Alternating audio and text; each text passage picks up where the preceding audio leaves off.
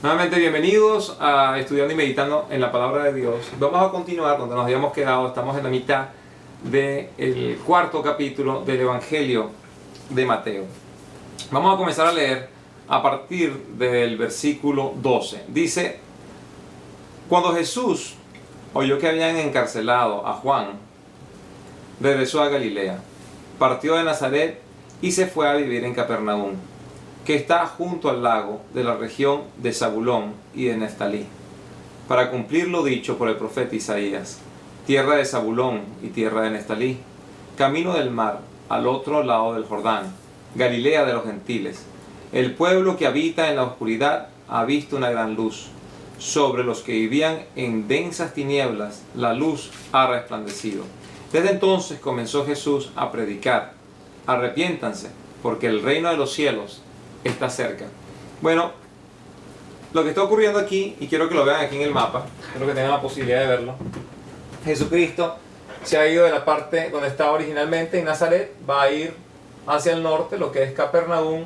Capernaum es una ciudad que está ubicada entre la región de Neftalí, que es esta que está aquí arriba, y Zabulón, que es esta parte que está aquí. Y las tierras tenían el nombre por dos de las tribus que son descendientes de Israel, quien anteriormente se conocía como Jacobo. Y el profeta Isaías había precisamente augurado que el Mesías que vendría al mundo, el escogido, el ungido por Dios, precisamente iba a caminar por esa región. Y estando en esa región, él se iba a convertir en la luz del mundo. La luz que nosotros conocemos como esto, que por supuesto hace que desaparezca la oscuridad, no solamente se refiere a esa luz material que permite que podamos ver las cosas a nuestro alrededor, sino también la luz que da intelecto al alma. Pablo, cuando fue confrontado por la presencia de Jesucristo, cuando Jesucristo le habló en la presencia de una luz inmensa, quedó totalmente ciego. Por 3 días no pudo ver. Pero Pablo, antes de haber escuchado la voz y visto la luz, ya estaba ciego. Tal vez no de una manera física, pero de una manera espiritual. Estaba totalmente ciego, por cuanto estaba persiguiendo a la iglesia. En su celo por Dios había sido totalmente opacado su entendimiento de qué significaba este Dios a quien él tanto tenía celo, por quien tanto luchaba y amaba, el Dios de Israel. No lo conocía verdaderamente y comenzó a perseguir a aquellos que sí lo conocían. Entonces fue la revelación de Jesucristo lo que le permite a Pablo entender quién es verdaderamente Dios y que su manifestación física es Jesucristo, y que el pueblo que habían reconocido su pecado y aceptado a Cristo como su Salvador y estaban dispuestos a seguirlo hasta la muerte, eran verdaderamente representantes de este Dios vivo. Pablo logra entender eso, se le cae el velo que lleva en su entendimiento y logra verdaderamente percibir esa luz. Bueno, eso es lo que está ocurriendo aquí. Este pueblo de Zabulón y de Neftalí ahora van a poder ver esta luz. ¿Qué es esa luz? Jesucristo mismo, aquel que caminaba, Dios hecho hombre, caminando por la tierra y trayendo entendimiento con respecto a las cosas de Dios. Coincidencialmente me correspondió el día de hoy hablar con alguien en la mañana y me estaba mencionando que él no tiene ningún tipo de interés en conocer lo que es la cristiandad, porque él no cree que Dios exista. Y él se autodenomina un genio, un hombre que considera que tiene mucho intelecto. Y yo le pregunté cuáles son los basamentos que él ha utilizado para poder llegar a esta conclusión. Y él dice, bueno, mis propios estudios. Yo le pregunté qué estudios son esos. Y me dice los estudios humanos, sociales.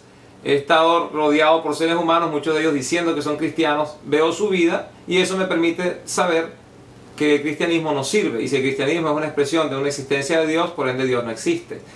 Y yo le digo, bueno, si tú te rodeas de personas que dicen conocer de la matemática, pero no saben ni sumar, ni restar, ni multiplicar, ni dividir, pero ellos dicen conocer mucho de matemática, entonces tú vas a juzgar la matemática como una ciencia que no es exacta y que no sirve para nada. Y él me dijo, no, bueno, por supuesto yo no sería capaz de hacer eso. Y le digo, ¿por qué no? Me dice, no, porque para conocer matemática tengo que estudiar y tengo que leer libros de matemática y aplicar la matemática en mi vida para ver si funciona. Y yo le digo, exactamente lo que tú haces con la matemática, que es una ciencia exacta, es lo que deberías hacer con tu entendimiento de las Escrituras.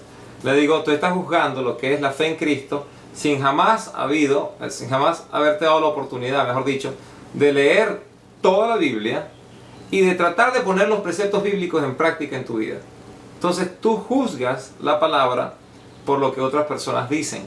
¿Por qué les estoy diciendo esto? Bueno, las personas van a juzgar a Jesucristo y su ministerio, no por lo que Él hace y no por lo que Él dice, no por las obras que manifiesta, sino por un falso entendimiento que tienen ellos con respecto a Dios. Y hoy en día sigue ocurriendo exactamente el mismo. La gente no está dispuesta a escuchar ni leer lo que se les dice de Dios, porque ellos tienen y vienen con una idea preconcebida de quién es Dios.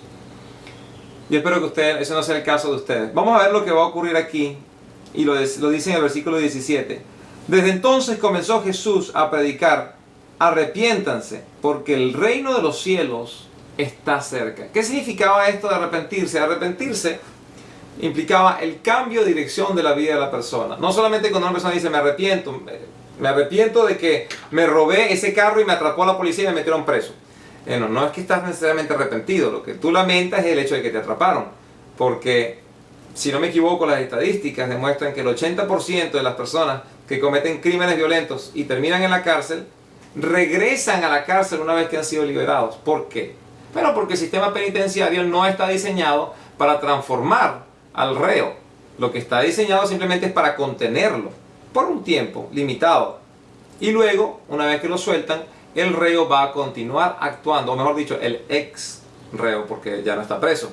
Pero él va a continuar actuando de acuerdo a la manera de pensar, de acuerdo a su manera de sentir, y va a volver a cometer esos crímenes que originalmente lo pusieron en la cárcel, y ellos van a regresar precisamente allí. Pero hay un pequeño porcentaje que cambian. Bueno, posiblemente cambian porque tienen temor a la cárcel. Pero muchos de ellos que han cambiado es porque fueron confrontados con una realidad. ¿Cuál es la realidad?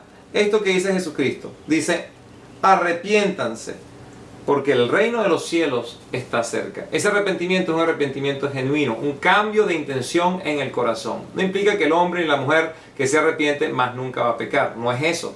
Simplemente que el que ha cambiado genuinamente la intención de su corazón va a procurar de ahora en adelante no actuar de esa manera. Así que esta es la predicación que hace Jesucristo.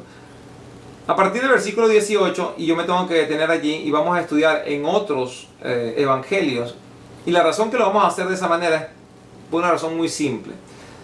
Les voy a leer unos cuantos versos y quiero que se den cuenta de esto. Dice: mientras caminaba junto al mar de Galilea, Jesús vio a dos hermanos. Uno era Simón, llamado Pedro, y el otro Andrés. Estaban echando la red al lago, pues eran pescadores. Vengan y síganme, le dijo Jesús, y los haré pescadores de hombres. Al instante dejaron las redes y los siguieron. Si solamente leemos estos 3-4 versos, vamos a llegar a la conclusión de que cuando Jesucristo les dio la invitación, síganme, ellos automáticamente dijeron, te vamos a seguir. Y dejaron todo a un lado. Y no estoy diciendo que eso no sea necesariamente el entendimiento correcto, no les quiero decir eso.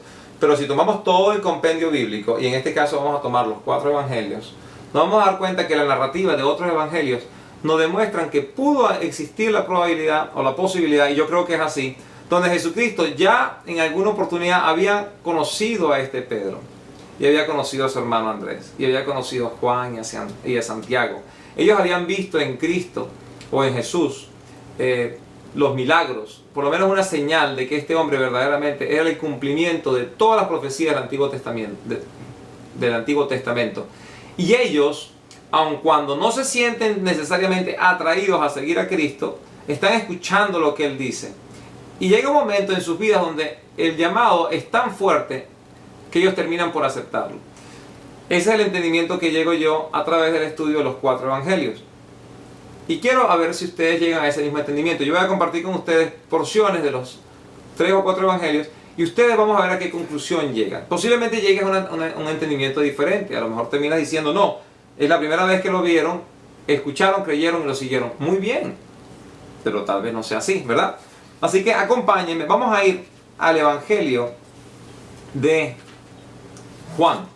Y ahí vamos a detenernos en el primer capítulo. Y vamos a ver qué nos dice Juan en el primer capítulo, en el verso 35. ¿Okay? ¿Están listos? ¿Están todos allí? Vamos a continuar. Dice, al día siguiente Juan estaba de nuevo allí, con 2 de sus discípulos. Allí cuando está hablando de la región del Jordán donde bautizaba. Dice, con 2 de sus discípulos. Al ver a Jesús que estaba por allí, dijo, aquí tienen al Cordero de Dios.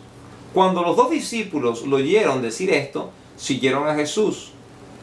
Jesús se volvió y al ver que lo seguían, les preguntó, ¿qué buscan?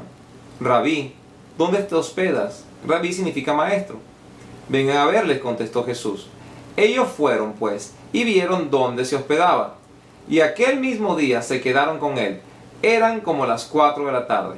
Andrés, hermano de Simón Pedro, era uno de los dos que al oír a Juan, y esto se refiere por supuesto a Juan el Bautista, al oír a Juan, habían seguido a Jesús.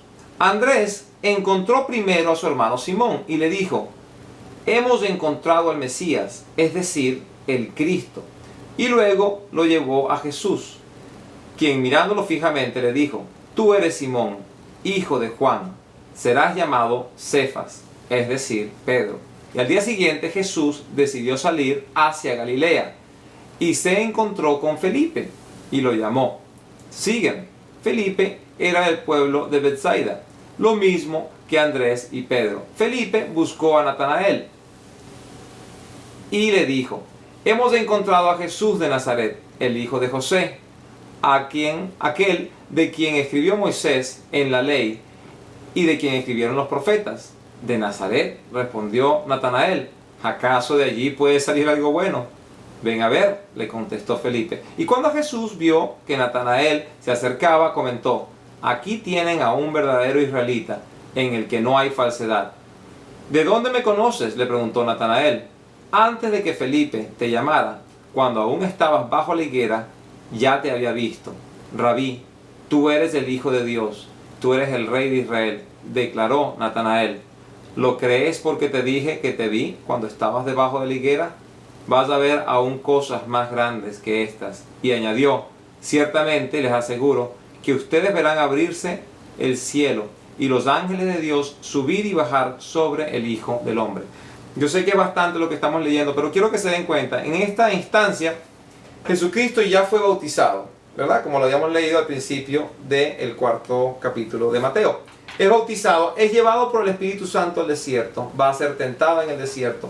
Luego Jesucristo va a regresar nuevamente a esa región. Y estando allí, otra vez donde está Juan, Juan lo va a ver a la distancia, teniendo a sus discípulos, les va a decir: allí está.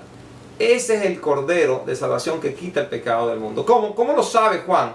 Porque Juan en otros evangelios nos da testimonio de que cuando él bautizaba era para ver la señal de que el Espíritu Santo iba a recaer sobre alguien. Aquel mismo que envió a Juan a bautizar le dijo: la señal es esta, de quién ha de ser el Mesías, aquel sobre el cual el Espíritu Santo se pose. Entonces él logra a través del bautizo reconocer quién es Jesucristo. Jesucristo se va, regresa, y ahora con ese reconocimiento les dice a sus discípulos: ahí está, ese es al que ustedes tienen que seguir. Y los discípulos lo van a seguir.